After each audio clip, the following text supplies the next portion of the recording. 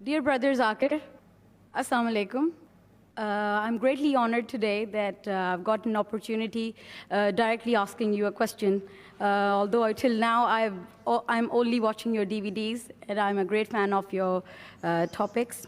My question is directly related to the topic, that is educating our children. My question is that in a proper Muslim education system, should any importance be given in teaching our children about the national identity, or emphasis should be only in religious identity? Don't you think that by not teaching our children about their own country's history, how it was formed and how we got freedom from the colonial powers, they will lack essential knowledge about history of their paternal roots, and how IIS, that is your school, which have students from all parts of the world, you are coping with this side of education? Are you teaching only Islamic history, or are equipping their minds with ample knowledge about their own respective countries as well? Thank you. This was the question that in an ideal Islamic school, should we even teach about the country, about the national activity, about national history, about the freedom fight, and how are we coping in IS? As far as the general answer is concerned, that in an Islamic school, we should even talk about the country. There's no problem at all. We can talk about the laws of the country, we can talk the rules and regulations of the country, but we have to realize that number one, our allegiance goes to Allah subhanahu wa ta'ala. We should not go against the country unless the law of the country goes against Allah subhanahu wa ta'ala. If the law of the country does not go against Allah subhanahu wa ta'ala, we have to follow each and every law of the country. As far as India is concerned, I am aware that there is not a single rule in the Constitution of India which forces any Muslim to do any haram activity. Neither does it prohibit you from doing anything which is fard.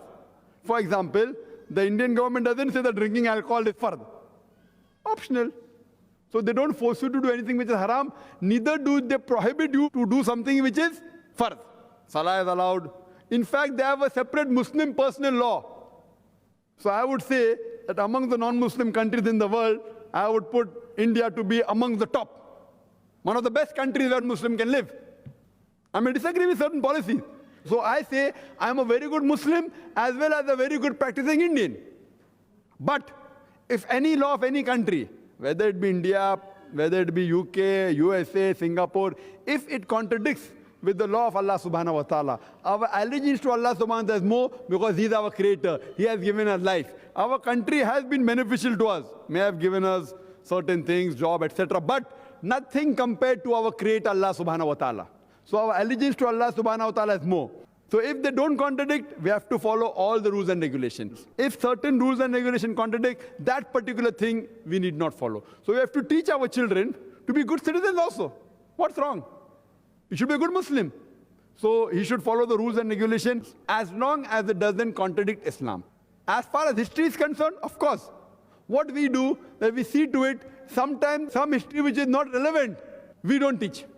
So then it's at our liberty, we teach the history which is required. In our school, Islamic International School, we have children who are actually British nationals, but they have parents. Parents also British, maybe the grandparents are Indian, the origin is Indian. So we have students from USA, from UK, from Saudi, from other parts of the world. But basically all have got Indian origin, all of them. So you can call them Indians or you can call them many are foreigners. But we have selected the world history. We have option of taking Indian history or world history. The world history we felt has got more scope for us for doing dawah. It talks about the lifestyle of Muhammad sallallahu alaihi wasallam, about Jesus Christ, peace be upon him, about Moses, peace be upon him. So it's 2 in 1. So we select the world history. We have 2 options, world history and Indian history. In world history, part of India also comes. So what is required, we teach. And as far as the government is concerned of that country, we should be very bold. What is right, we have to agree. We can't say, because it's a non-Muslim government, I'm against it. For what? If the policy is against the policy of Allah, we are against it. If it's for, we have to agree. Even if the enemy is, no problem. We have to be bold. That's what Allah says in Surah Isra, chapter 17, verse 81. وَقُلْ جَعَلَكْ وَذَاكَ الْبَاطِلِ إِنَّ الْبَاطِلَ كَانَ زَهُوقًا. When truth is held against falsehood, falsehood perishes. For falsehood is by its nature bound to perish. So we should see to it that in educating, we have to give them even the world history, what's happening in the world, so that when they go out, they should be aware. But some things which may not be relevant, like some things are taught which we feel will not be useful for them.